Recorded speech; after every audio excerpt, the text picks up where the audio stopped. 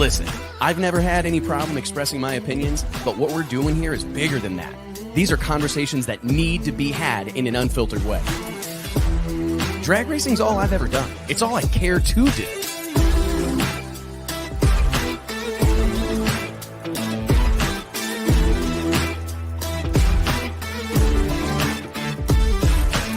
I respect the history, I appreciate how far we've come, but I want more for this sport, and I'll fight for it. It's uncut, it's unfiltered. This is the show of shows. The biggest names in drag racing. No holds barred.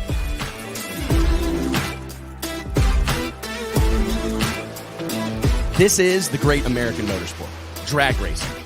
Prove me wrong. I'll wait.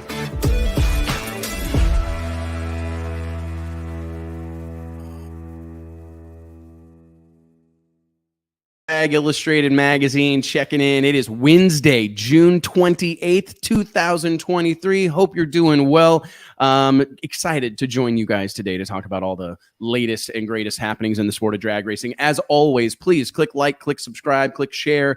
Help us spread the gospel of drag racing. I got to be honest, man, this has been, I feel like we're having something of an ongoing or lingering hot start to the 2023 drag racing season. It felt like it was probably going to fade at some point. And by God, they tried, right? We had the rain out, the washout, complete washout of the NHRA New England Nationals in Epping. And it felt like, okay, maybe after all these sellouts and all these big crowds and all this energy, excitement that I believe kind of started with the Drag Illustrated World Series of Pro Mod back in Bradenton, if I do say so myself. But anyways, it felt like we just had one big moment after another. We saw a huge crowd show up and support the PDRA at the North versus South Shootout, Maryland International Raceway. Just a great start to the season. And I started to wonder, is this something that we're going to be able to maintain as we get into the dog days of summer? And based on what we saw this past weekend, by God, I think that there is a good chance of that. I got to say, this whole...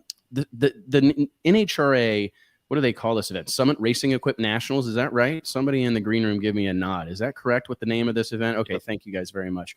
What a weekend for the NHRA. Just to see, if you think about all that has happened over the course of time, the passing of Bill Bader Sr., closing the track during COVID, America's racetrack is near and dear to the heart of many, but it's been a rough go of it as of late. And to see the track have such a shining moment, a little bit of bad weather to get things started, but to have the kind of racing that they had yesterday, I don't know that you can ask for more, to be totally honest. And I said this in a text to her over the weekend, actually last night, but I mean it when I say it. I don't know that there is anything better for the sport of drag racing as a whole, few things, if any, than Leah Pruitt in the winner's circle. This is something, we've heard it before. It's been said many times that Leah Pruitt is perhaps the most visible drag racer of all time, right? Don't forget, she was on the cover of pizza boxes for years, right? All those Papa John's commercials. She has married to Tony Stewart at this point, right? I mean, so many things that have helped build her brand and kind of kind of elevate her status in sports and in motorsports as a whole. And to see her have success, this is big. This is really, really, really big for the sport of drag racing. And I genuinely hope that she's able to kind of keep this whole thing going. We'll discuss that and a whole lot of other subjects on today's show. Got a big one for you. Let me go ahead and we had the crew back together, right? We missed him last week. I'm sorry, he was out of town. It's the annual Carpenter family pilgrimage to the beach. Mike Carpenter back in the house, JT Hudson, and we got a new one today. Editor-in-chief of Drag Illustrated Magazine, the one, the only, Nate Van Wagner. What's going on, boys? Everybody good? How's it going? I'm back. I got a little sun at the beach, but I am a sunscreen. I am a sunscreen user. You gotta step your game up. Unlike I know, right? Like Wes, who is completely against the use of sunscreen. I'm using some stuff right now, right? Are you? Okay. Yeah. So Sophia the other day wanted to go to tanning Ulta. Oil? Do you know what that is? It's tanning oil. I use Krylon red spray paint. Soph wanted to go to Ulta the other day. Are you familiar with this place? It's like a makeup store. And yes, Sophia, my daughter's 8, and the new craze. She's in a preppy phase, she calls it. It's cool and convenient that my daughter lets me know what phase she's in. She actually said this to me, looked me square in the face, Dad, I'm in a little bit of a preppy stage right now. And I'm like, oh, okay, cool. I call it the West stage. Hey, I'll take it. I mean, are you saying I'm kind of preppy? Hey, I'll take it, man. I'll take it. Anyways, we went shopping at Ulta And while I'm walking around watching her basically just wreck the store, to be honest, like she's picking up everything, seeing eyeliners, how they work on her arm. And I'm like, oh, I got to do a better job parenting of this. Anyways, found some sunscreen. I asked them, I said, what is the absolute best face cream that I can put on, like for a dude? And to help me recover from this chick, this lady looks at me and she goes, well, things like that are unisex. And I'm like, really? I thought there'd be like a man formula or something. That had like an oaky scent to it or something. It's June, man. Don't come in here with that. No, there was none of that. So anyways, I did get some sort of like super age-defying face cream that has sunscreen in it, which is why it's like SPF 5. If it gets much higher than that, I just throw it away immediately. So, yeah, right. Yeah, you're supposed to get some vitamin D, they say. Yeah, but I'm trying to get it for all of you. You're stocked up. You're stocked up. She should have said, turn around, walk out of the store. Athlete's foot is right down the corner. You know, if you want what's best for a dude. Probably not hanging out in this store. This stuff was like $60, bro. I know this shit's expensive. You'll have to give us a report on how it works. And my wife was so mad. Like when she got home, she was, Wes, did you buy? Because I thought I was being smart because I put in her number so she'd get like some reward points. And I'm like, man, Pat, you know, I'm gonna be in, you know, good favor with the wifey when I get home. Well, turns out she got the receipt emailed to her. And she's like, Wes, you bought, and I'm like, I was rounding down for the sake of the show, but truth, this stuff was like $80. And she goes, because I was actually embarrassed as I was saying it out loud, but now I'm kind of having to air it all out at this point. But she texts me and goes, Wes, did you buy $80 face cream or something? And I'm like, yeah, I did, you know. And she's like, well, you'll never use it. And she's right, I've not used it. I think I've used it twice or whatever. I don't say you've used it, dude. Twice. No, literally. I just pay $80 for something, and then we're glad you're using. We're glad you're using something. Yeah, thanks. Yeah, SPF 5. You know, real just bare minimum type. We don't of want to have to situation. document your skin care or skin cancer journey. Yeah, I know. My wife. West Bug Show. I've got SPF 70 for.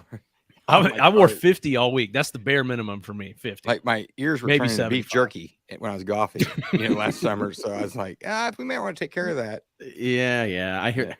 And I've been trying to be mindful about it. I mean, that's why I bought this stuff, you know. And it's just wear your headphones outside when you're sunbathing. Oh, okay, that's what I'll do. Yep. Done, handled. That's what T does now. Give me $80. Venmo me. Fair enough, man. And tax. Hold on, I'll figure it out. Yeah, figure it out. Well, it's gonna be like quite a bit, unfortunately. Hey guys, real quick, and Nate, thanks for joining us, dude. We'll try to make sure that we force you to say something here. I'd like to kind of start with NHRA Summit Racing Equipment Nationals, Norwalk, Ohio. Incredible event, incredible venue. Let's just start with the success of Leah Pruitt. I talked about it there in the opening.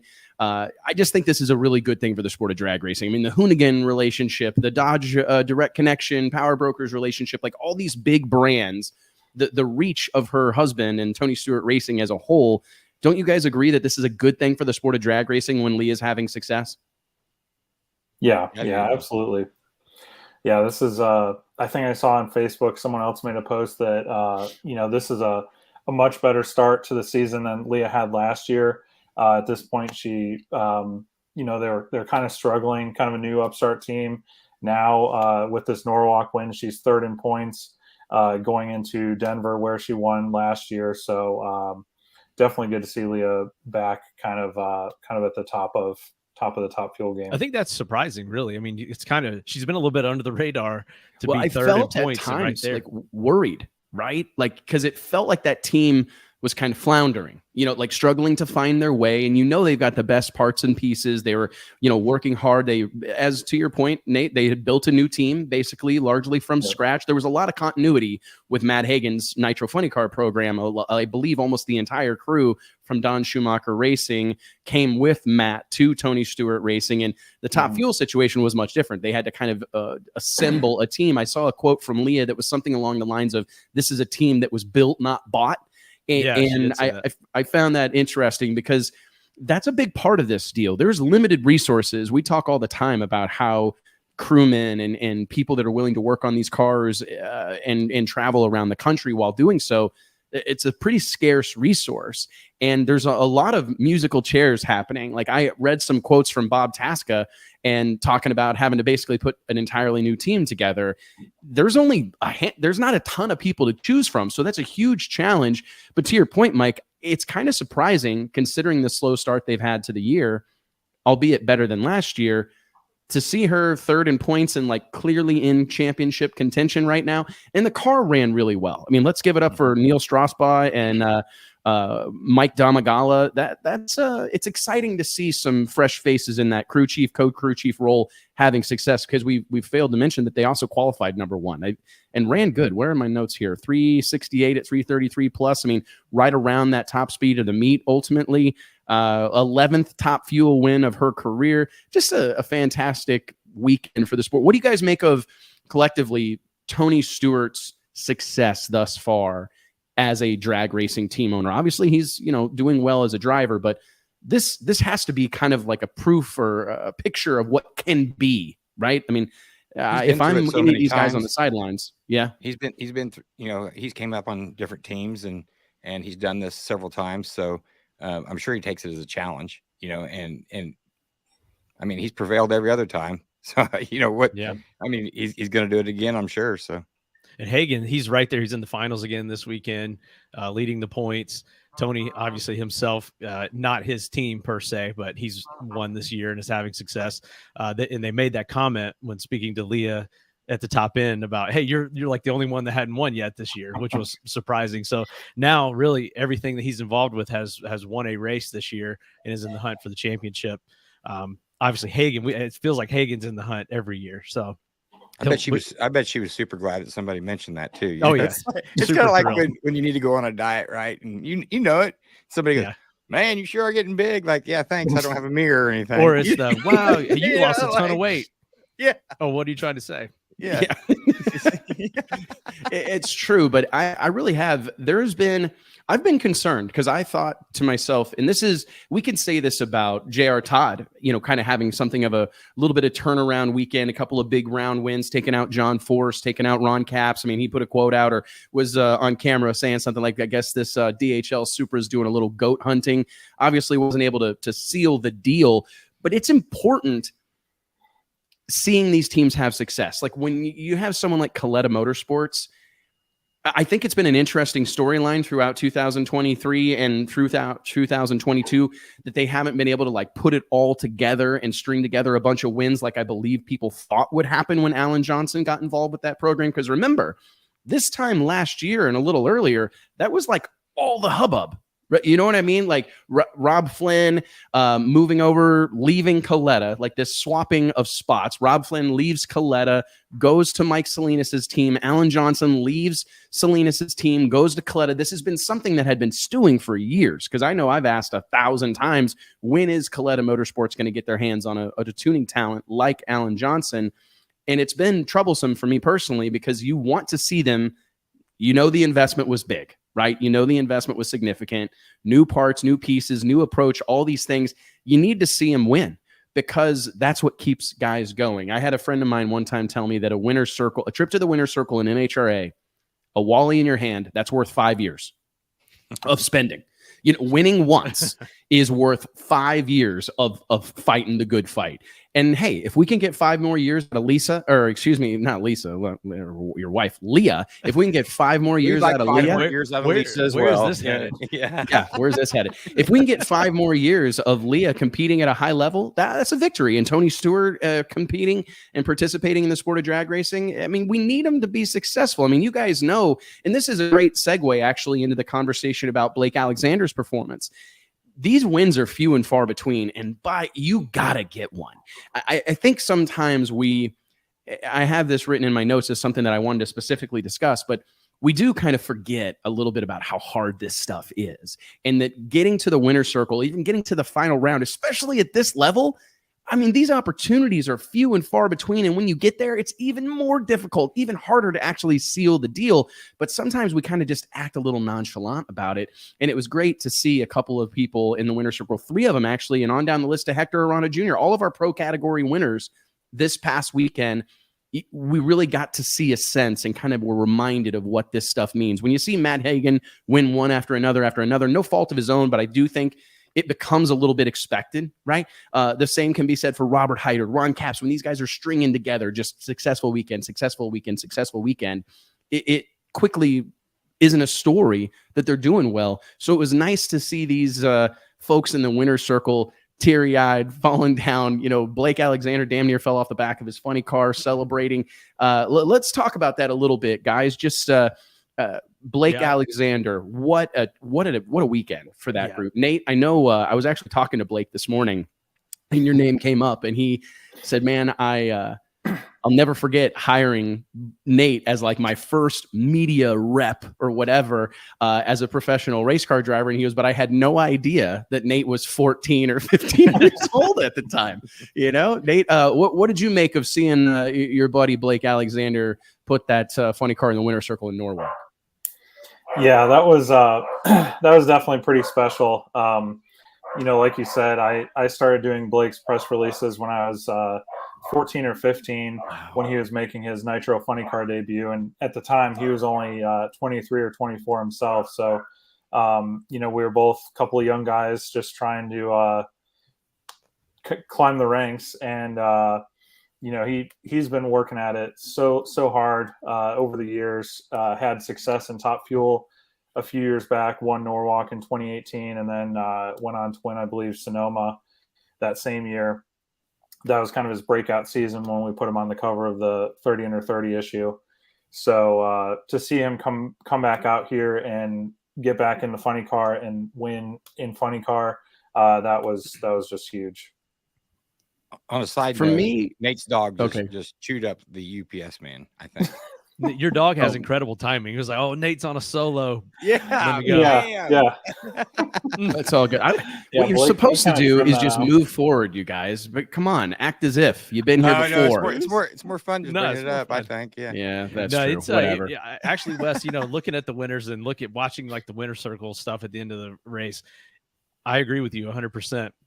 It was a fresh band of characters this weekend. Mm-hmm. Not that to take away anything from those guys like you mentioned, but to see people, and it's a race like Norwalk that seems to bring that out, and battling the various conditions, the time of year that this race is, and then now we're going on the Western Swing. I always say we see stuff like this on the Western Swing. You've got Denver, which is just a curveball for everybody. Then you got to go to Sonoma, Seattle, run that gamut. I feel like you either see somebody like sweep it, like we've seen a few times, or continue their dominance, or you get these winners sort of out of nowhere. Even Leah was sort of a winner out of nowhere last year in Denver that we hadn't seen so far in 2022. So definitely cool to see these winners. And like you said, this stuff is hard. And Blake Alexander, his first thing, they stuck the mic in his face and he said, this stuff is hard. And he's like, this is hard. In tears, and he just points at the car. This stuff is hard. I texted him and I said, thank you. I told him, I sent him a text, and I, of course, sent it, offered my congrats, and so happy for that team and him and his young wife. I mean, they're a young family, and it's just great to see, because this is a guy who's literally went out, found money, fought the fight. Says he gets up at 4 a.m. to get that man. money. He's going. He's maybe getting that's the after secret. I need to start getting up at 4 a.m. then. I'm not a 4 a.m. guy. I'll stay up till 4 a.m. I'm a 4 a.m. guy, but other side of it. Yeah, I'll stay up till 4 a.m. I'm in, but getting up at 4 a.m. not so much. Anyways, I texted him and I just said, hey man, I hope you understand, and I hope you know that it's massively appreciated, and you're doing a good thing by demonstrating that. I think, kind of going back to Nate's dog barking, shame on me, because you do need to kind of live in the moment, because what happens is you try to act as if, and you try to be too cool for school. I don't know my dog's barking. I don't know. I'm not recognizing that I just won this huge event where tens of thousands of people paid to come watch me compete. And I do think it's very easy to kind of try to, He even said that too. He said, I had a great day with you guys at the end of his speech. Thank you everybody for coming out. I had a great day with all you of his homies. He was greeting all the fans. But I just think that is so important, because again, talking about Ron Capps and something, God bless him, and I'm glad that I know the sponsors have to get thanked. And I know all the guys back in the shop got to get their shout out, but we have as a sport kind of fallen into this routine of there being something of a predetermined winner's circle or top end interview. You know, you gotta weave in the mention of all your sponsors in paragraph form, right? So you don't list them, but you talk about using those Snap-on tools while we're putting those NGK spark plugs in, or what, you know what I mean? Like, you got to weave in all those mentions, and then you got to shout out the family. You got to thank God, obviously. And it doesn't come across. I want to hear this shit is hard. I want to see some tears. I want to see you stumbling and falling down that way anyway, because you forget someone's name that you should have mentioned, and now they're super pissed at you.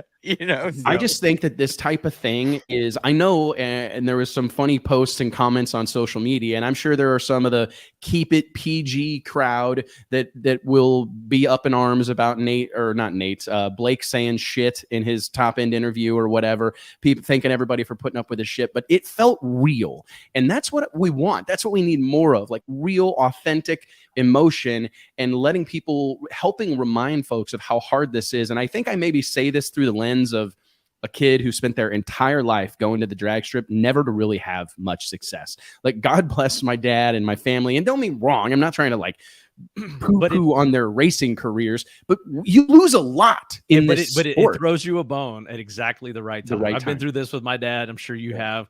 Anybody that's been involved in the sport. And I think that's what Blake was probably feeling. And that's where that emotion came from. Right. Like you said, you need one of these about every 5 years to keep it going. And right when you're like, I don't know if I can do this anymore. I don't know if I've got it. I don't know if we can afford to do it, whatever. Boom, here it comes. Throws you a bone. I get pissy about it. You know, you're 100% right, Mike, because there have been multiple times I've had guys like reach out to me, or people that I've worked with in various situations to varying degrees. But it's like, you have somebody who wants to put together a pro stock team, or they want to put together a pro mod team, or, they're going to try their hand at fuel racing. And, you know, a year or two in, they're kicking rocks, they're pissed off. They've been through a bunch of people. They've torn up a bunch of stuff, and they're ready to quit. And it's like, have you not paid attention? Like, this is very difficult, and you are going to suck more often than not. Like, no matter how successful you are in the sport of drag racing, you're going to lose more than you win. And that's why I think we get so up on the tire about, you know, the Erica Enders of the world and these people that are able to like really just do it all the time, because we get desensitized to how hard. I mean, my dad won Comp Eliminator at Eddyville Raceway Park on Father's Day in like 1997 or 8. And I still remember it. I remember the shirt he was wearing. I remember riding my dad's Kawasaki Bayou 220 down to the top end of the track to get him. Like, I vividly remember it because it was like the only time it happened. I mean, and we didn't win a lot. You know what I'm saying? Like, my dad was the kind of sportsman racer, that if we broke out in the first round by a second, he was thrilled. Because it was his best pass ever. He don't care if we won, lost, whatever. He's there to make sure everybody on the property knows we got the fastest shit here, right? You know, he's not a great bracket racer, but we lost a lot, you know, and we didn't have a tremendous amount of success. We had a tremendous amount of fun. We worked our asses off and all those things. But I see these racers, especially the ones that get the big platform, that get the opportunity to be on TV, and we're kind of like ho-hum or matter of fact about it. I think it's hard to get other people excited when you don't seem excited. Does that make sense? Like, absolutely. Yeah, absolutely. For sure, man. Hey, and speaking of long droughts, car owner Jim Head, we believe, we've got to confirm this, but we believe that was his first win as a car owner, and his last win as a driver came in Memphis in 1997. And this is a guy that's been has he not been at every national event like for the last decade, at least, as a car owner? Like, they're skipping Denver. Like, I do think that they make some like strategic moves about where, you know, like going to Denver, where it takes a completely different setup and you're changing a bunch of parts and pieces. But up until the last few years, yeah, like he's a regular. He's a touring pro. He was a full-time touring guy, self-funded, obviously, tunes his own stuff, and the car's always painted.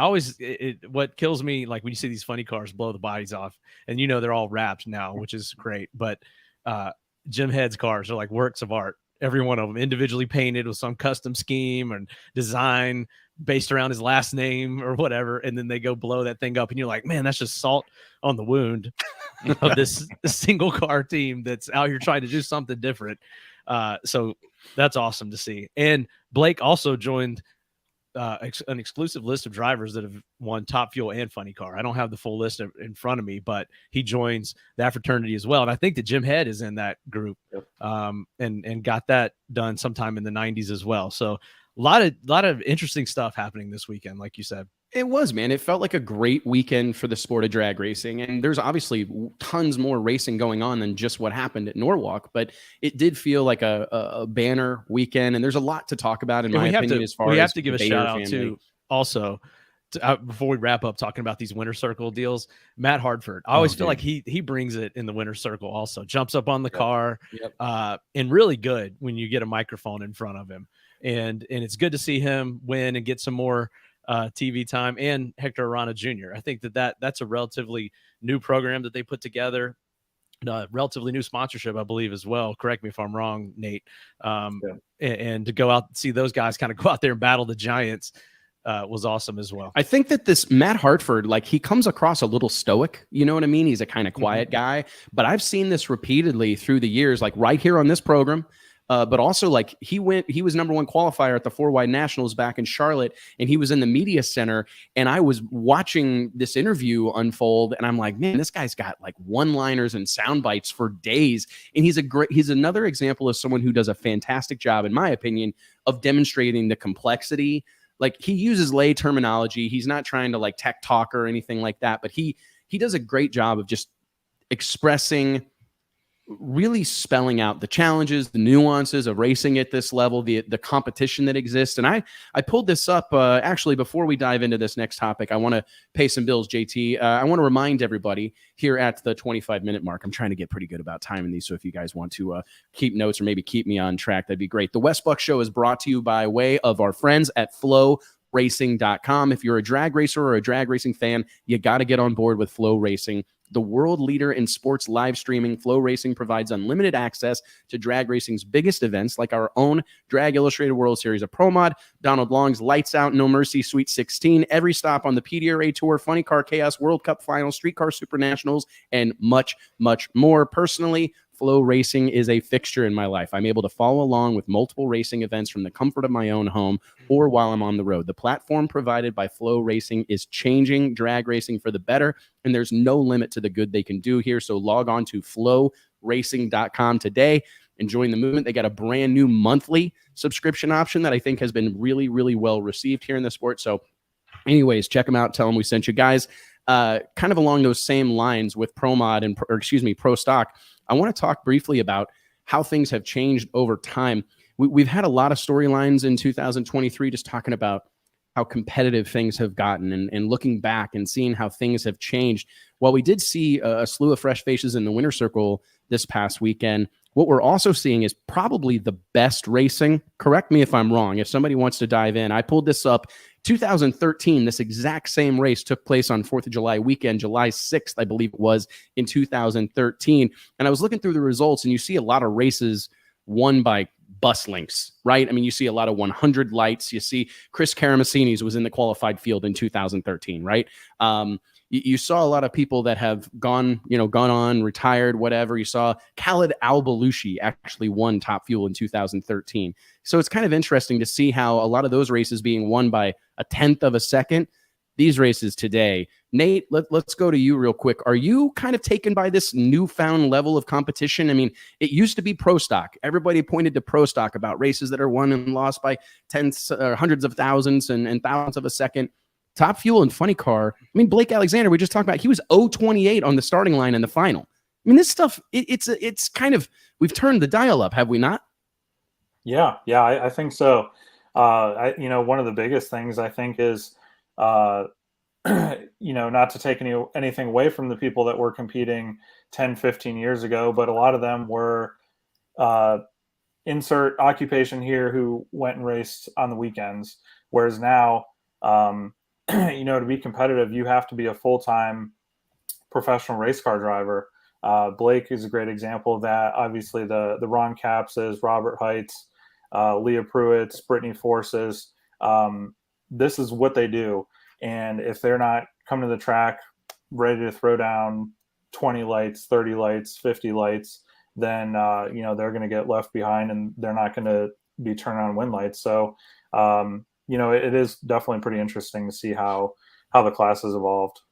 Mike, what do you think that it hurts the sport at all that it's gotten so competitive? Because Nate makes a really good point there, is that you're not able to just like fly in, show up, and have not been in a car for the last month. I mean, the people that are going rounds and doing well right now see the tree a lot, race a lot. Even the guys that maybe don't win a lot, they race on their off weekends. If they're not at an NHRA national event, they're at a bracket race somewhere, they're driving another car somewhere. Do you think that, I mean, what's your kind of stance on that? Because it could probably be argued that it's weird. We're in an era of a fly-in driver. It takes a ton of money to do this. It takes, independent wealth. It takes a big business. It takes a big partner, a big sponsor to support it. But you are not going to be successful just showing up on Friday morning and getting in the car. I mean, you're going to need to have tested. You're going to need to have made some laps, because everybody else surely is. Yeah, I mean, I don't think it's done anything negative for the sport. It maybe has raised the bar. I think that it just obviously takes more money, takes more time, takes more everything to do it. But it's still, maybe we're seeing that more so in NHRA now in some of these other classes. One thought that comes to mind, someone that we didn't speak of in the winner's circle from Norwalk, is Jason Scruggs. Jason Scruggs is a legendary outlaw 8th mile racer who has won ADRL championships, set records. And he's been chasing an NHRA Pro Mod Wally for several years now. And he talked about it in his interviews after winning in Norwalk this weekend, how special that was for them and what it took for them to do that. And so it takes a person like Jason Scruggs that many years and that much time and effort and money and R&D and everything that he's done to get that win. I think that is a good thing. And that speaks highly of NHRA and the NHRA Pro Mod program. When a racer like him has to work that hard and treats it like such a big deal when it finally happens. So in that regard, it's a great thing. But as far as your everyday racer, your weekend warrior, your guy that wants to come out there and compete to kind of fill out the field in one of these classes, it is going to hurt them a little bit because the bar has been raised so much. I agree. Personally, I do feel like whenever we look back on Pro Mod is a great, division to kind of focus on here with this particular conversation, because there have been times in the past where NHRA Pro Mod 28, 30, 32 cars, but I look at those lists and those entry lists, and there are a lot of those aforementioned types that are business owners, people that have very busy schedules away from racing, flying in for the weekend, pursuing, their high level hobby or passion or interest, no making light of the investment and the effort and the attention to detail, but it really is a difficult thing. Like that person that's flying in and racing once a month or once every other week, they're going to struggle to compete against people that are doing this that for their living. It's just a totally different deal. And we're just seeing our sport kind of arrive. And for me, to be honest, it's exciting that this is going on, right? Because to know that there's this much fertile soil, that there's still this much room for growth and room for new people, it's an exciting thing. I mean, don't look any further than like Tony Stewart, brand new team, winning races, competing for a championship. It's exciting, man. Nate or Mike, what were you saying? Well, and I also feel like this is going to take our sport to the next level. This is what legitimizes it a little further. We talk about F1, NASCAR, all these things, and I feel like they are a little bit more on that level as far as you can't just come in there. You can't just come in with a cup car, and compete in Daytona or whatever. It takes a lot more than that, especially with F1. And if we want to kind of be taken more seriously, I think that this is part of that evolution. And it is an evolution, because one of the things, and JT, you've had a strong opinion on this for years and years and years, is that oftentimes the best people aren't in the cars driving. The best drivers aren't there because the economics aren't there yet. And there was actually an article on autoweek.com where J.R. Todd was interviewed, and he was I think the headline was, let me find it. J.R. Todd shares the dirty truth about how to make it to the NHRA Pro ranks. And it basically is just lamenting the fact that you really have to have big money. Like, it doesn't matter how talented you are. It doesn't matter how much experience you have, how much success you've had. Is it like that line and then a picture of a wallet or something? Yeah. You know what I mean? It's like that you have to have a ton of money behind you. And it is sad because there are tons of sportsman racers that are animals, absolute savages, that it would be so cool to see them get their shot. But the point I want to make is J.R. Todd in this article, he said something to the effect of, I'm paraphrasing, so bear with me, but we're not there yet. And I think we are seeing as the competition rises, it will be more important to have the guy or gal in the car if you want to win. I mean, actually, look no further than the situation, right, with Jim Head. He drove that car for 100 years, tuned it himself, did all the, he was a super hands-on guy. And eventually he got to a point where he said, hey, I want to be competitive. I want to race to win. And I'm going to put a talented driver in the car. And he's had his son, Chad, drove the car for a while. Yanni Lindbergh drove the car for a while with considerable success. And now Blake Alexander. And hopefully maybe the byproduct of this kind of new era competition-wise, maybe the end result of that, too much to JT's pleasure and liking, will be that you got to put a killer driver in the car. You can't just... Richard Freeman is another example of that in the pro stock world. He told me, he goes, man, there is nothing I like doing more than driving a pro stock car. It is awesome. My favorite thing to do in the world is drive a pro stock car, but I'm not that good at it. Like, especially the leaving the starting line part. That's why Erica Enders is in that car. And I think that as our sport continues to get more and more competitive, and it's less about how much money you have, right? The separation between the have and have-nots continues to diminish. I think it's going to be more important to have a qualified wheelman or wheelwoman in there, and that's probably good. Yeah, like where you have more of a team aspect on it, like an owner of the team, and that becomes one of the jobs, as just the same as a tuner. I would say. I think a lot of times we end up with the owner being a driver, right? Who then puts the pieces together. And then I'm going to tell you, it's super hard. If you owned a car and that's what you're into, it would be super hard to get out of that car because, God damn it, that's why you're doing it. Right. I mean, you're spending that money because that's what you love, So, I get it, but I think you have to get to almost that point where I own a team. I own these two cars, and now I've got to put the pieces in place, to run these cars, at the top.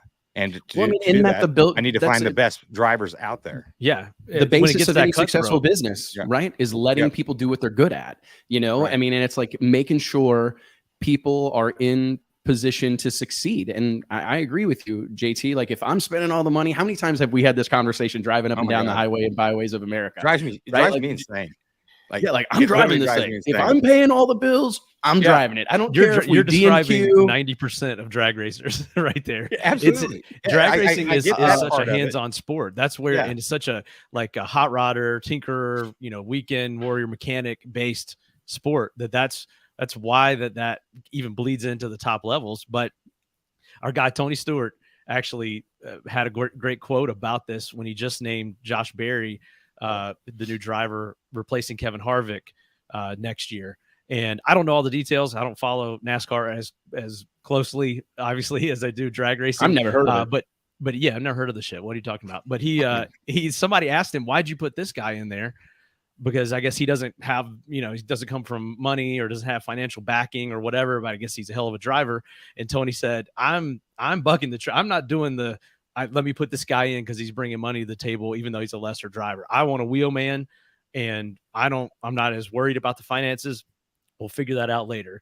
And so again, just it takes, Tony Stewart, but that decision's easier to make when you're Tony Stewart, though, right? Right. Because if you're like an upstart team owner and you're going, all right, that's hard. That he's in a position where he has the luxury of being able to say, we'll worry about the money part later. So many of these teams are dependent on those wealthy benefactors where it's like, they're not racing if Joe Bob, that's got a ton of money, isn't driving the car this weekend. You know what I mean? Because his ton of money is what affords us the opportunity to do it. But all of that aside, I do think the competitive environment, the ever increasing competitive environment we're seeing at the highest levels of our sport, it's going to make this happen on its own. Over the course of time. And it's another exciting thing for a sport that's been around 70 years in an organized fashion. The fact that we're even still talking about what's next or, not there yet, I think that's exciting because I don't think that that's the case in most other sports. Like, we're probably seeing football, like NFL. Like, I'm not saying it's not going to get bigger, but it's pretty sorted. You know what I mean? Like, you're not going to see huge changes necessarily. And and when it is a huge change, it's like a major big happening, like Major League Baseball putting a pitch clock in or whatever. Like, these things took years and years and years and years to change and achieve. I think it's cool that drag racing it's kind has of this much room for it's growth. neat though, because we did go through a change in the NFL, a while back, where they realized that to put on a great show, yes, we like seeing defense out there battle it out, but they knew that lighting up those scoreboards and getting touchdowns, that's where people love that shit. So they changed the rules a little bit, made it easier for receivers to get open. You couldn't cover them near as much. You can't. Wait, your team scores touchdowns? Huh? Your team scores touchdowns? Yeah, I'm not used to that here. Oh yeah, we should try that sometime. I'm hoping you guys. Yeah, if we're taking shots for touchdowns, Mike and his friends are all walking out of the bar sober as hell. I'll be the DD. But they changed that though for the fans, because they knew that's more entertaining than seeing a 7-7 game. So question. So this is a totally different subject, but it's kind of along those same lines. And there's a couple more things that I want to talk about with Norwalk in regards to the Bader family and America's Racetrack. But I do think you bring up a pretty interesting point. If the NFL can make decisions based on making like the sport more exciting and scoring more, is drag racing like above that? Because I think a lot of the things we talk about, big burnouts, wheels up launches, throttle wax in the pits, like those are all things that have faded over the course of time to make the cars perform better. Is there room in our sport, like at the highest level? I mean, and this is a bit of a reach because NHRA, I don't know if they're going to mandate long burnouts. I mean, I like the sound of it. They should be like a new marker on the track, and you got to burn out past this mark. I mean, I'm just saying, like, are there some things like that need to be talked about? Because, PDRA a couple of years ago introduced a rule that, I mean, there was a point penalty, correct me if I'm wrong, if you didn't have a nickname for your car on the car, right? Is that correct, Nate? Something to that effect. I think there's a points bonus, yeah. Yeah. So it's like there's a time and place for saying, hey, we have to make sure that we keep this exciting. Yeah. Because people want to see the defenses play, the hardcores, but the West Bucks of the world, I mean, I want to decide which jersey I'm buying this weekend based on who scores the most points. Right. You know what I'm saying? I want to see. The whole thing comes down to the inmates. The whole thing comes down to the inmates running the asylum type thing, like we talk about, where if you leave it up to the drag racers, they're not going to make that change. They're going to do what makes the car perform the best. You got to have the sanctioning body, PDRA, NHRA, NFL, NASCAR, mandate these things and say, we know that it's not going to help your performance. It's going to hurt, but this is what needs to be done for the show. And if you don't have that, or you don't get the buy-in from the racers and the participation, then, drag racing really is the most stubborn when it comes to that stuff, if you think about it. Oh, no doubt. I mean, and we will sacrifice our firstborn in the name of a hundredth of a second, right? I mean, it's like, okay, I can sell little Bobby down the river and my car is going to pick up, 0.5 of a mile an hour. Bobby gone. Bobby gone, Bo. It's been good. Let's do it. Let's get some hugs in real quick before your new family gets you. And and God bless us for being as hardcore as we are. But man, alive, I look at this past weekend at the No Prep Kings event in Bowling Green, Kentucky. And one thing, when I was watching all the videos, and shout out to everybody on YouTube who keeps us in the loop. Like for those of us that didn't go to Bowling Green, to be able to just pull up some of these videos and watch the race in its entirety, we really appreciate it. But one thing I noticed, all those dudes do big nasty burnouts, every one of them, because the track's junk, right? They need to put rubber down. But I mean, you can't pull a video up and not see a big nasty burnout. And I'm telling you, man, some of our friends, Brian Mabudis and the gang from Eat Sleep Race, were at a drifting event this past weekend in New Jersey. And I just watching his videos on social, getting more upset by the millisecond. Like, these sons of bitches are selling tickets to a burnout show. I mean, that's like drag racing's deal. Like, get off, do your own thing, right? Like, we do burnouts, but here we are, drag racers. We're doing less burnouts, shorter burnouts, right? You know what I mean? Put a lower gear in the car so there's less smoke. All these things, short burnout, We got the officials telling racers to do short burnouts, but here they are selling tickets to just burnouts. You know what I mean? I don't know. Why are we getting away from the things that work?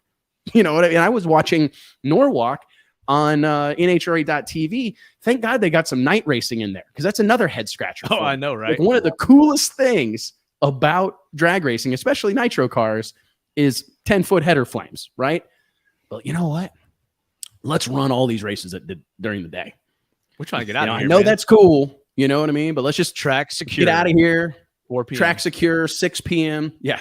Let's get out of here before the sun goes down. Everybody's got to go for dinner, right? We're going to we're going to Bonefish, you know. Gotta get to Bonefish. Right? I mean, when you're slowing down, if you're west, you're shortening the track. I mean, you're doing everything that I guess that, you know, for spectators, they want to see faster, longer runs, longer burnouts. I mean, so you're doing everything just almost the opposite. Well, really. This is why we need to give a round of applause for the Wallace family and Ken Cartuccio and their 55 Chevy. Yep. Bucking the trend. Hang me up. Yeah. No, because that's finally we've got someone out there doing something a little different. Yeah, that's cool. And I hope they stick is with really it cool, man. And drag that thing to the rest of the races this year and I hope that they continue to tune on that thing and it hauls ass because we need that. And HRA should just allow that car to weigh whatever it can. I mean, I'm telling you, if the NFL can change the rules, 150 pound Pro Charger car. That's man. We need a 55 Chevy to win. You know, I mean, and I this whole conversation. Maybe you do that, and then you pull it back from there. That's right. I mean, exactly. That's what they did with the Pro Charger in the first place, right? So, but kind of. It's good. I mean, it's so good. That's definitely and what I would do. They won Best Engineered this past weekend. Got him a Wally. So.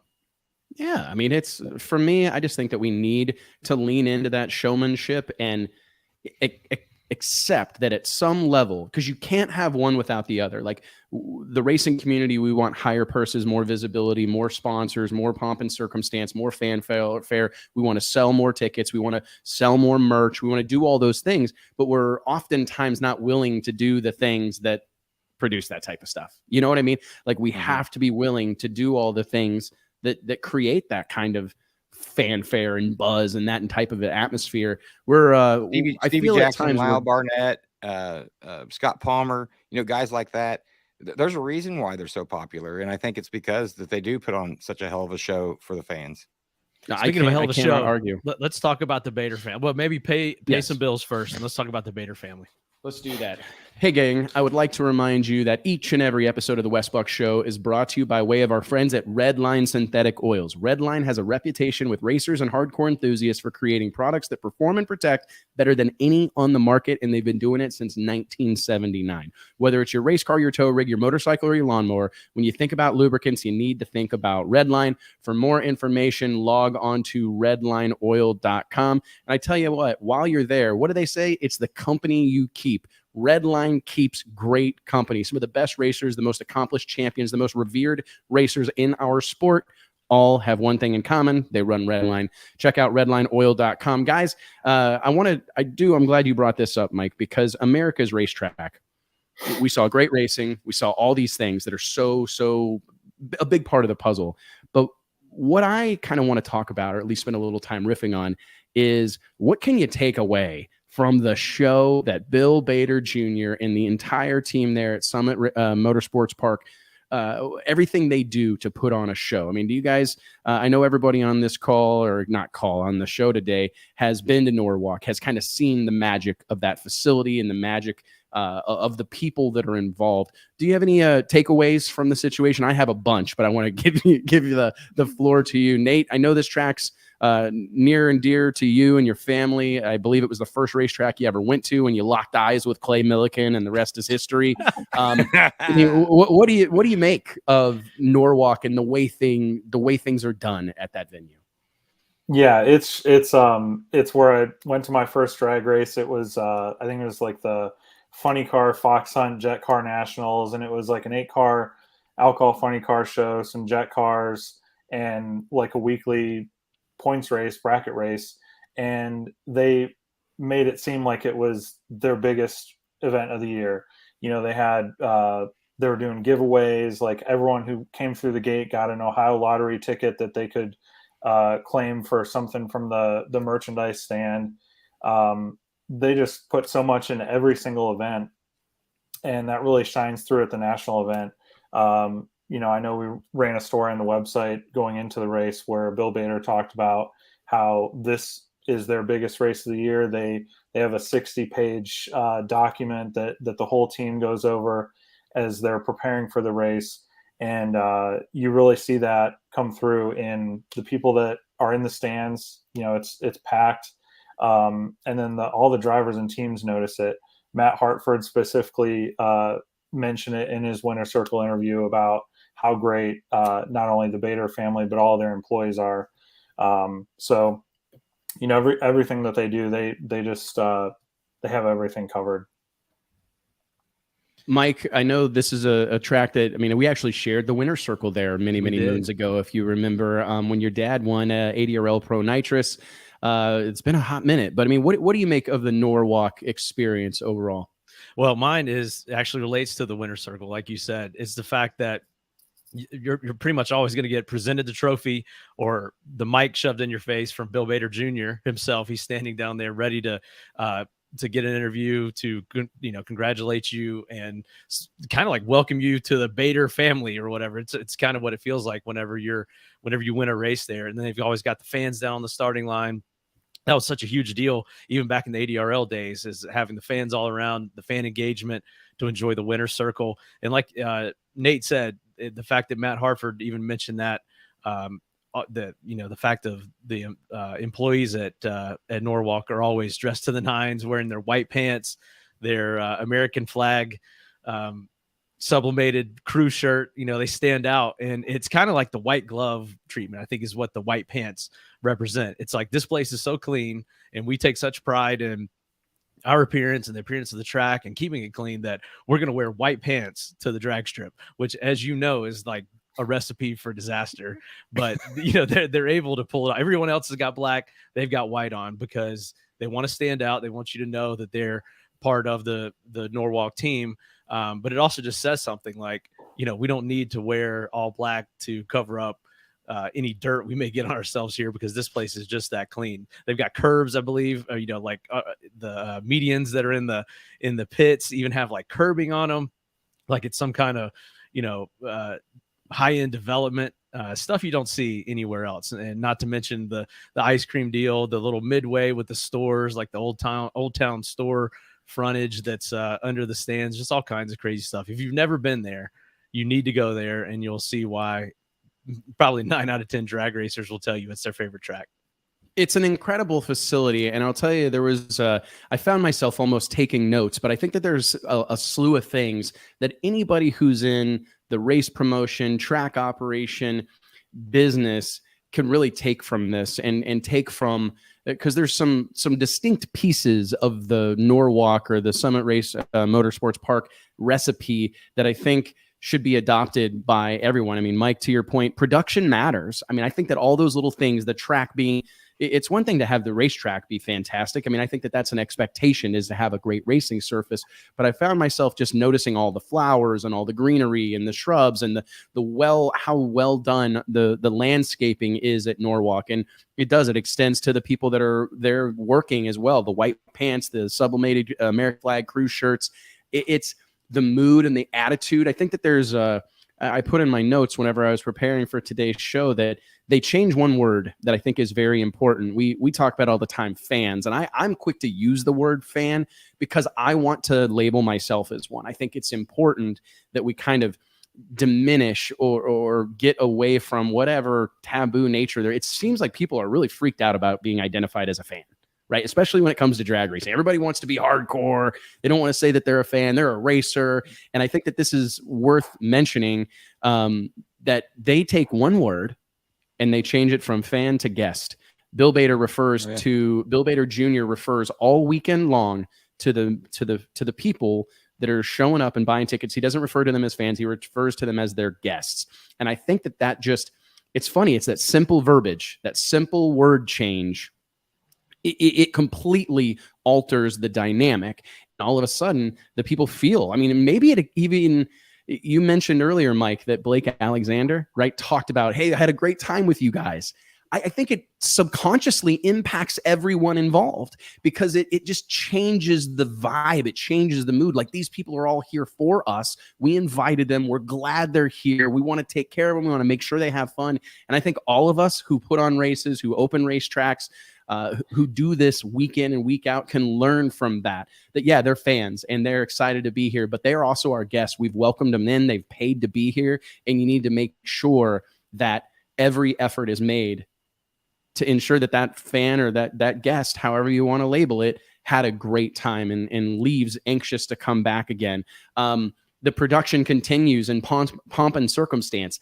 I think that the white pants are part of the production, but so are the ice cream scoops. So are the fireworks at the end of every night. So are the way Bill Bader Jr. addresses the crowd at multiple times throughout the weekend. There's just an effort to really put on a show that I personally truly appreciate. I'm not sure that there is anybody else in the sport that executes with showmanship as consistently as Bill Bader Jr. And it's the success that facility and that family has enjoyed is very much deserved, because he, kind of the opposite of what we were talking about earlier, he does all those extra things, all those intangible things that oftentimes are hard to spell out. And it's kind of interesting to hear Nate talk about a 60-page document, what I wouldn't give to get my hands on this 60-page document. And if anybody's got it, our World Series deal, we're going to have to get more paper. Oh man, I was pretty proud of our 20-page document for World Series of Pro Mod that I made the World Series of Pro Mod handbook that I made everybody read. Blew over the street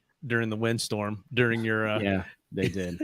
Oh well, it happens. Your team meeting in the windstorm. Yep. Well, hey, but those little things, man, make all the difference in the world. And I do think that, to your point earlier, Mike, I've said that like 75 times today. I'm sorry, but that's how you know I'm making a lot of good points. You are, man. Bill Bader Jr. in the winner's circle. This is another thing, going back to how desensitized we've become as a sport to winning. Sometimes promoters, track operators, like, it's easy to forget that some of the people that are having success this weekend or whatever weekend, they may never have it again. And you're kind of, by not being a part of those moments, you're really you're missing an opportunity, because people at this point in time share more about their lives than at any point, more so than at any point in history, right? I mean, your kid's birthday party, it's on Facebook. Your kid, you're going out for dinner, you're posting what you ordered on social media. If you're a racer and you have a successful weekend at the racetrack, you win, those winner circle photos are going on Facebook, and all your friends, all their family are going to share them. They're probably not going to share your other photos, but when you're in a winner circle photo, those are going to get shared. They get a lot of engagement. So why not take that opportunity to get your face, your brand, guilty by association, right? And I see that a lot where, a race happens and, the powers that be, they've already gone home, right? They're gone home. They've flown home or whatever. They've already bailed, or they're doing things that they think are more important, which, loading up equipment, taking down banners. I don't know. But for what it's worth, I don't think there's anything more important for an owner, operator, promoter than being in the winner circle with your competitors. You have to be there. You have to be in those photos. You have to be a part of that moment, because don't forget, they may never win again.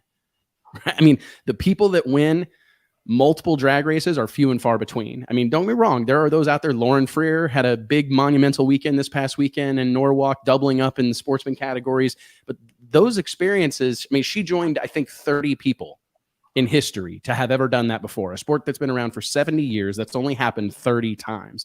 That's incredible, right? So racetrack owner, operators, promoters out there, don't forget that. Be a part of those moments. Be a part of that memory, because that's what it's all about. Is creating a memory, and being a part of that memory is a really, really, really important thing. And I love seeing that. I think we could spend the next 10 hours going through everything that happened at the Norwalk National event and identifying things that you should probably add to your program. I don't know. But it's not even just the national event. It's every event they do, Good point. They've got a ton of high profile one-off events. And it seems to me that Norwalk has been busy this year. Now, I know they do get busy around this time of year for the national event, Night of Fire, all that stuff. But it seems like there's been an event there every weekend. I know they had the NMCA race, PDRA. Seems like there's something going on there every weekend throughout the summer. They do so a great job of making those events bigger than they normally would be. Like in my opinion, like the PDRA, when it comes to Norwalk, it's a different thing. NMCA, same type of deal. They always find a way to weave in this special thing, or we're going to have a reunion, or we're going to have this party. I mean, their Halloween Nationals, I believe what it's called, come October. I mean, it's like one of the most participated in bracket sportsman races on the planet Earth. But Nate said it earlier. They treat all these events like big deals. And we talk about that here at Drag Illustrated a lot. Like if it's not a big deal to us, we can't expect it to be a big deal to everybody else. And I'm not asking anyone to like pretend or make believe, but sometimes you have to. If you treat it like a big deal, it is infinitely more likely that it ultimately will be a big deal. Like there's no guarantees, but if you go into it, shucks, it's just another drag race, I promise you that's probably what you're going to get. But if you go into it, that this is the second coming, we are changing the game this weekend, nothing's ever going to be bigger than this, the likelihood of that actually happening is much, much higher, in my opinion. And there's, like I said, there's a ton to be learned from the Bader family and everything they've accomplished. And I think that they just deserved a big weekend like that. I mean, I know they fought some rain, but that's almost always the case with that event. It seems like this time of year. I don't know that I've ever been to Norwalk and not felt some sprinkles. So I'm just glad that they were able to have that big crowd on Sunday, big crowd throughout the course of the whole weekend, sell some $3 a scoop or $3 a pint ice cream. I know that was big hubbub, right? Raising the prices on the ice cream this year, but man, hell of a weekend for the sport of drag racing, in my opinion. Yep. Yeah, it was definitely a good weekend. Okay, so let's we got to move on to some other topics. As we mentioned a couple of times here earlier in the show, No Prep Kings season 6 well underway at this point in time. A very polarizing type of drag racing, but definitely a big part of the conversation here midway through 2023. They rolled into the Stars and Cars of No Prep Kings, rolled into Bowling Green, Kentucky, the 4th of a 5-race string here. Mike, real quick, can you just touch briefly just on how crazy is this deal? 6 years in, 15-race schedule, back-to-back-to-back weekends going from Brainerd, Minnesota to Bowling Green, Kentucky, now this weekend to Epping, New Hampshire. I mean, these are touring pros. What's the latest from our buddy Pat Musey? Is Pat... have you talked to Pat much? I mean, how's the 4 of 5 race string going? I actually haven't talked to Pat too much of it. They've been so busy on the road and all the stuff they've got going on with Lizzie, and then also Pat's mom passing away a couple weeks ago. They've had a lot going on, but I know it's been stressful and it's been wild. And I think they've got. I'll have to look at the schedule, but I believe that Epping may be their last. Is it the last of the string of races, and they've got about a month off. Before they jump back into August. But it's been kind of wild and a little bit crazy to try to keep up with the team format. And I haven't yet hashed out if that's going to work or not, or if we're going to be able to keep up with it. Maybe it's going to be a lot easier once the actual show debuts on TV. But just the switching of drivers and who's accruing points for the team and who's taking whose spot, I think that is something that we weren't quite prepared for. I think we had the draft and then we kind of had the team set, and then there've been some swap ins and swap outs that I think have complicated the deal a little bit. So we'll see how that ends up playing out. But just some great racing and some surprising results to start the year, like Kai Kelly, Ryan Martin. They've both lost in the first round of the Invitational. Some first time winners. So it's just, unpredictable as always. And I think that unpredictability is what has kept it interesting as we're into the 6th season. It needs it right now, because I think like the storyline for the last couple of years have been like, okay, how much more can Ryan Martin be front and center here? And the fact that he's 4 races into the season winless, I think really speaks to a new level of competition over there. I mean, we talked about it with Top Fuel, Funny Car, Pro Stock, Pro Mod, blah, blah, blah. But I mean, it's perhaps nowhere more apparent than in No Prep Kings. Daddy Dave Comstock winning his first ever MPK Invitational this past weekend. I mean, it's crazy that he's never won one. Yeah, there was something crazy that I noticed.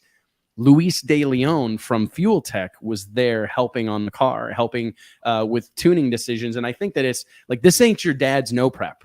Right. I mean, Steve Petty is working on these cars. Pat Musey is working on these cars. Luis De Leon is flying in from, to participate in the tuning of these cars. Things this has really, really escalated. And it's going to be interesting to see if Ryan Martin's able to kind of like get back in gear and demonstrate that he can be competitive and dominate and win amongst this kind of new breed, because Jerry Bird, brand new car, lots of new cars coming out. Marty Robertson over there now. Who are some of the other fresh faces? Damon Merchant.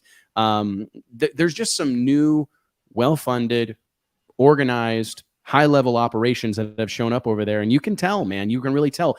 Even some of the guys that have been a part of that scene for a while, Murder Nova, Sean Ellington, that car, clearly a whole new world, right? I mean, it's to really step that program up.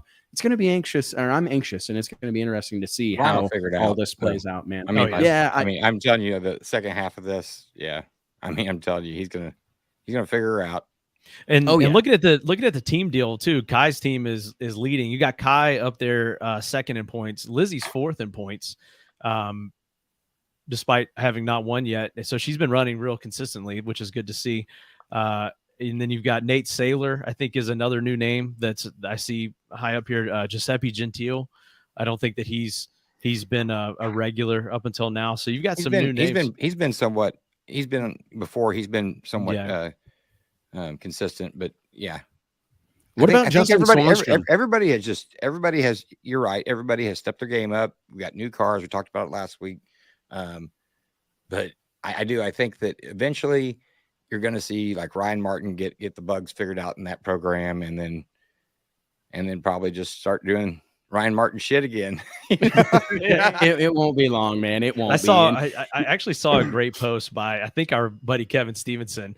I wish I could pull it up, but I read it earlier this morning. It said we've had some interesting theories on Ryan Martin's struggles. I saw this year. Too. Yeah. Did you see it? Said Pilgrim has told him to lose the races so that it's more interesting later in the year for him to catch back up and create more drama. And then he said, my favorite is that the car is revolting against the camo wrap, which he likes too. And I really like. I think it's sick. Mike hates it. I love it. Yeah. I think that car needs to be red. I don't know. There are certain cars, like when it's part of the storyline. I like red camo too. Yeah. I could go. Does anybody remember? Do you remember the red camo that was on the Dodge Stratuses or whatever those were in Pro Stock? Erica Enders drove one. Sean Carlson drove one. That kind of red urban camo. I'm here for that, man. It's pretty sweet. If that color, yeah, I'd like. I just ordered red wheels for my truck, Mike. Oh no! Yeah, I did. He did. He did.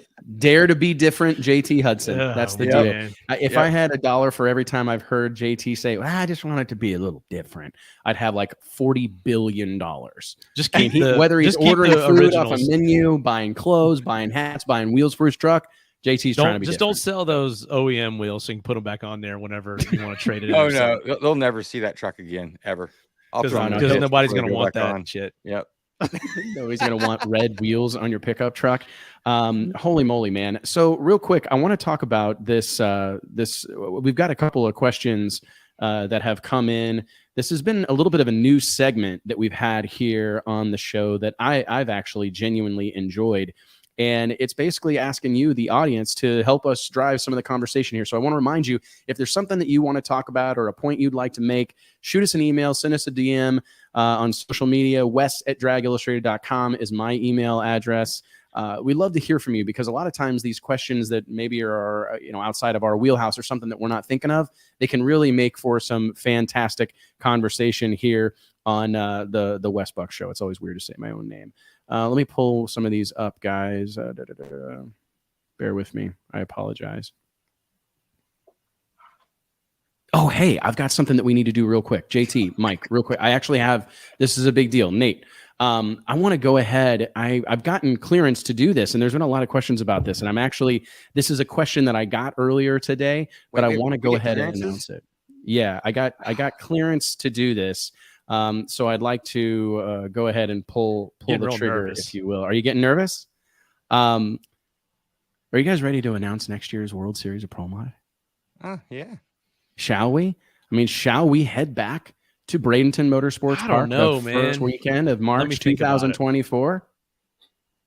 What do you guys want to do? Let's just flesh it out right here. You think? Let's go around the room. Should we do it again? I think you should absolutely do it, because the earlier we get it, that way the dates are in stone, and Mike can get there a little bit earlier this time. So that yeah, I'll work on my schedule. I'll get there a little bit earlier. Hey, Wow. I was told when to arrive. I did not choose my arrival time. Nancy told me when I was clearanced to book my flight. Oh, I'm sorry. We need to get you there earlier so you can do back-breaking labor like the rest of us. You know, Mike's like, no, I'll keep my flight schedule exactly the same. What time is Q1? Yeah. Yeah, Friday at 5. Okay, I'll see you about 4:30. Hey, that's what I was told to do.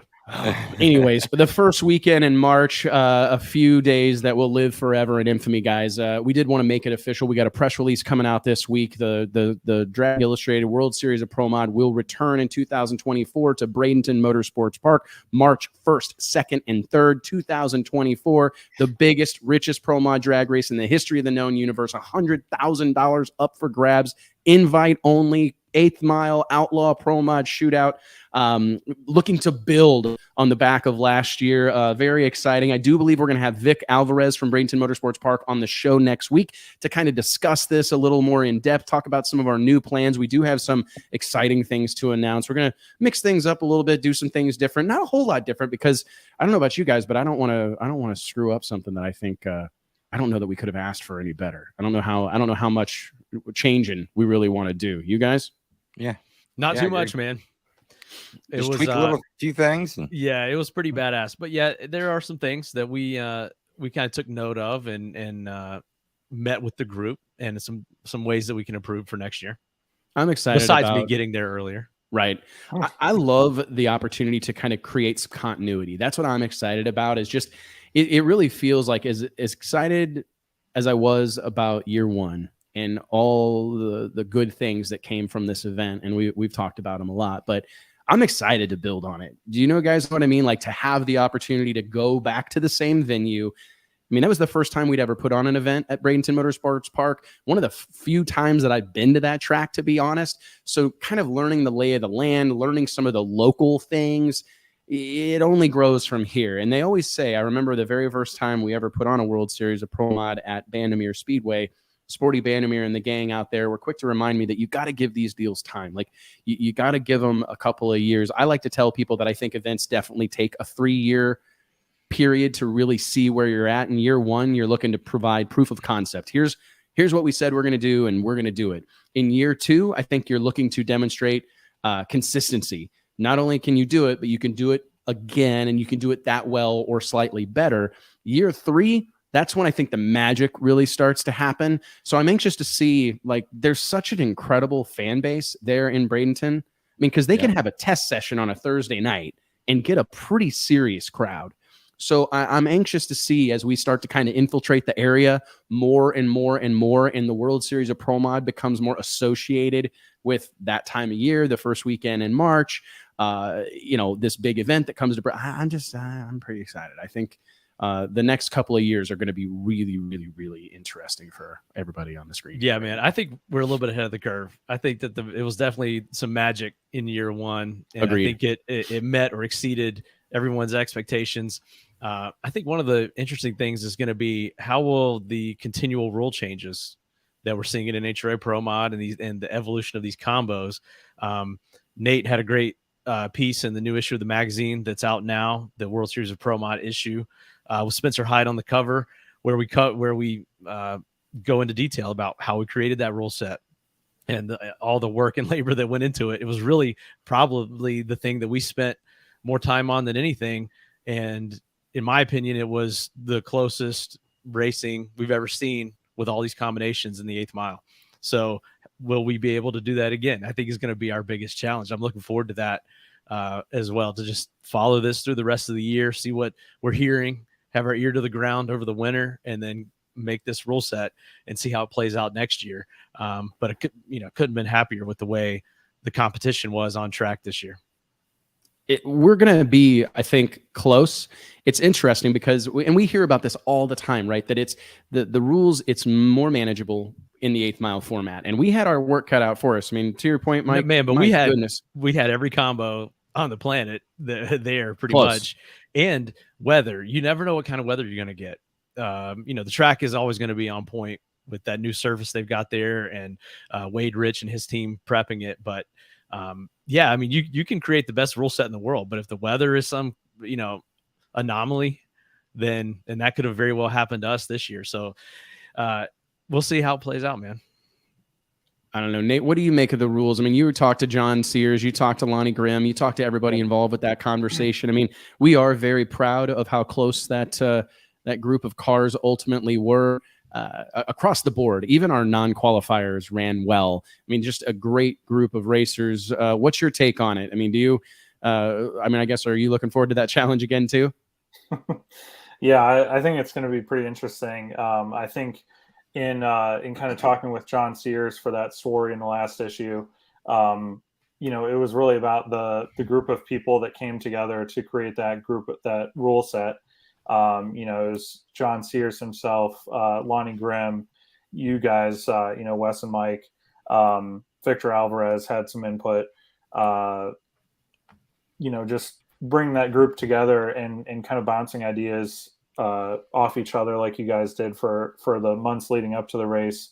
It was just a great group effort, and no one in that group had any kind of specific interest in this combination excelling. The goal was creating the most level playing field possible and the best competition, the best show for the fans, and that was the result. So I agree. I don't think there's probably much that needs to be changed going into year 2.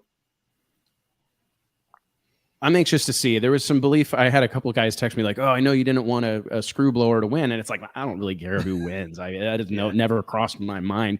My goal was always just to make sure that anybody could win, and I think that is something that was near and dear to the hearts of everybody here today, and a lot of the people involved with the races. It really wasn't about drumming up participation from a certain combination, or drumming up interest or excitement around a certain combination. It was more so making sure that there wasn't a car on the property that didn't feel like they had a shot at winning. And I do think that, all the things we're talking about, that is some of the magic right there. Is that no one rolled through the gates feeling like they didn't have a shot. They didn't have a prayer, and that really, I point to 10,000 times now, and I stand behind it right now. Best racers in the world. I mean, those are the baddest dudes in the world, and they showed us. They demonstrated that they were the baddest dudes in the world. I'm excited, man. I'm excited for the whole process to start again. I think I've been in depression ever since the race was over. I actually had a dear friend of mine trying to recover. I got a book in the mail. It was so funny. I was telling a buddy of mine how bummed out I've been that the race is over, because it's kind of like getting married. Nate, you got married this year. A buddy of yours bought you a book. Yeah, true story. Yeah.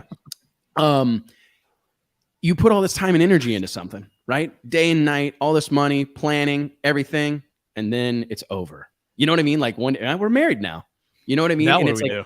Now what do we do? And I got to tell you, man, in a lot of ways, that's what the World Series of Pro Mod felt like to me. I mean, there wasn't a day that went by that it wasn't front and center, like figuring something out, fighting a fire, talking to somebody, trying to do something towards that goal. And then one day, March 6th or whatever it was, it's over. Monday came, and it was, I feel like I've been going through some mourning. I'm ready to get it going again. I'm ready to announce. I think another exciting thing out there that I'm looking forward to is our production as far as streaming, TV package. I think that's something we're really going to focus on. I feel like our TV and streaming partners were awesome this year. And where can we take that to the next level? And how can we bring this to an even bigger audience? How can we do some more interesting things, some more unique things in this space? So that's the part that I'm eager to get started on. Same here, man. Yeah. And building on what we've, I mean, I don't know how much of that shit got wrecked, JT. There's all those pop-ups junk. Man, I actually started going through everything's more of them yesterday. So, yeah, my garage is just completely full of that shit. JT said scattered everywhere. JT didn't unpack his trailer for what, 2 or 3 months until it was recent, right? And he said when he opened it, it was like it had been out in the desert or something. It was just full of sand. Yeah, and then it got it was like 120 in there because it's sitting in the sun. And I took a Making leaf blower in glass. there and started blowing that dust around. Oh my God, I was covered. Oh, man. That was Yeah, wild. We at some point we need to tell that story. The story of Friday at the World Series of Pro Mod. It was crazy. I mean, I think one of the canopies is still in the atmosphere over Bradenton. It might be. People were hanging off their awnings. It was awesome. I remember. I think maybe Mike was on with me. We were trying to drive the golf cart down through the pits, and like you were dodging trash, like jumping carp, out of the river. It's like, whoa, dude, the whole scene I was spun out in the moment and not real thrilled with what was going on and like the hand we were being dealt by Mother Nature. But looking back, it felt like part of the story now. Like, as I hated getting a late start and it kind of derailed our rivals night, something that was supposed to happen Friday at 6 p.m. ended up happening at 11, and it obviously wasn't the plan. But it did feel like it added something to the story. And I think a lot of people will look back on that weekend and they'll remember a lot of things, but they'll definitely remember those 50-mile-an-hour straight line winds that wrecked, $20,000 worth of pop-up awnings and flags and winter circle backdrops. I never even thought about that. And we went back to the motorhome for a meeting and it's like, well, I guess we're going to have to consider you've got to buy extras of this stuff because I didn't want the deal to look any lesser and you've got to be prepared for that. And it's, geez Louise, another invoice. Can't wait. That's the hardest part of those deals. It's nonstop invoices and purchase orders. Holy moly, man. What a deal. What a deal. All right. So, hey, let's wrap this thing up. I'm going to make one more brief announcement here and remind everybody that each and every one of the episodes of the Wes Buck Show is made possible by way of our friends at Stroud Safety. Stroud Safety is known for their top quality racing safety equipment, from drag chutes and seatbelts to fire suits and blankets, all 100% made in America. Log on to StroudSafety.com and make sure you tell them we sent you. JT and I actually filmed an episode of our news show, Drag Illustrated Shop Talk, with Stroud Safety's own Tommy Cunningham last week that will air in the coming weeks. I'm very excited about that. Blake's, it's already in post. That's some video talk in case anybody was wondering. It's in post-production right now, but so what else, guys? We're kind of headed into a little bit of downtime. It's that time of year where in the drag racing world, almost everybody bails out. Like Brittany Force, we were scheduling her. Yeah, we were scheduling Brittany to be on here today, but she's getting ready to go on her annual pilgrimage between the end of the, between the NHRA Norwalk and the start of the Western Swing. My family and I, we're headed to Florida this week. So I'm going to be trying to put this SPF 5 to the test this week, guys. I'm excited. Can't wait. We're gonna have to get some new filter. Blake, can you do anything in post to help Wes out in case he comes back looking like Clearly not. Judging by all the reels that I've seen of me as red as I don't know, like a barn door. Clearly there's not a whole lot you can do to kind of bring me back, I guess. Because I was looking at one of the videos, the one of I think me and Scott Palmer, which is really performing well.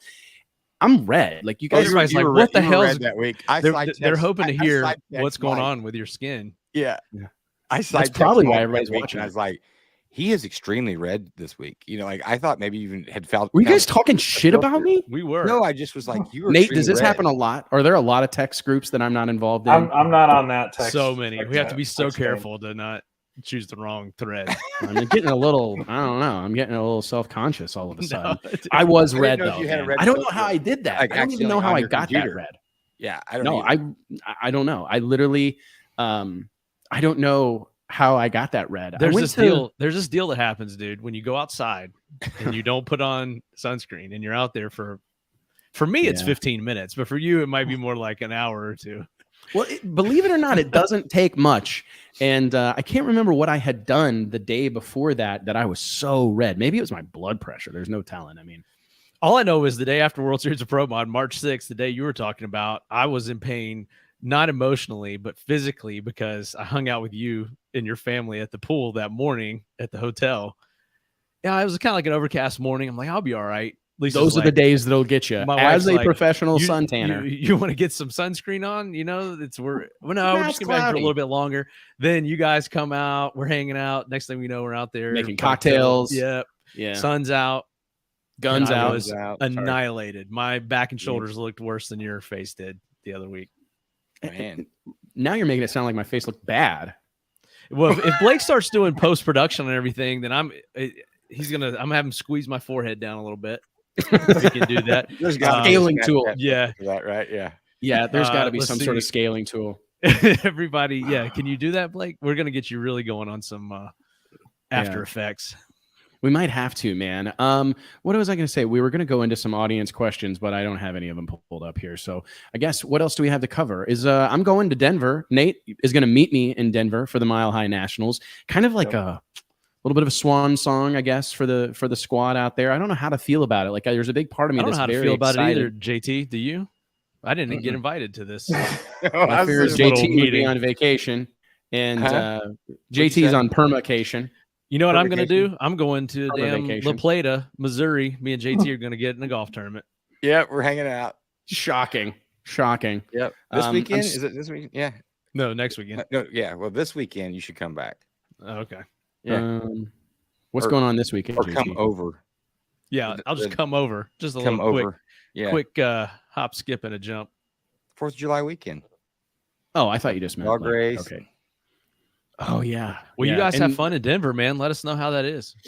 Nate's going for like 18 hours. I've never seen Nate do this. Normally, Nate goes like a day early so he can check out the local bourbon. I don't know, refinery or whatever they call it. And stays a day late so he can check out another vintage bourbon depository. And then but for this trip, he told me, he's like, I'm only in town for one day. Like I'm only in town Friday night. One night only. Shit. What one night only. Why are you doing that, Nate? You just like old time's sake, or what's going on? Or is that did you and Allison meet there? No. Oh, no. Okay. No, it's no, that was the Drag Illustrated party. Oh, that's right. Yeah. That was the I'll tell you that whole story. Okay. Start over here. Okay. I thought Denver had some kind of connection, and you guys go big screen on JT.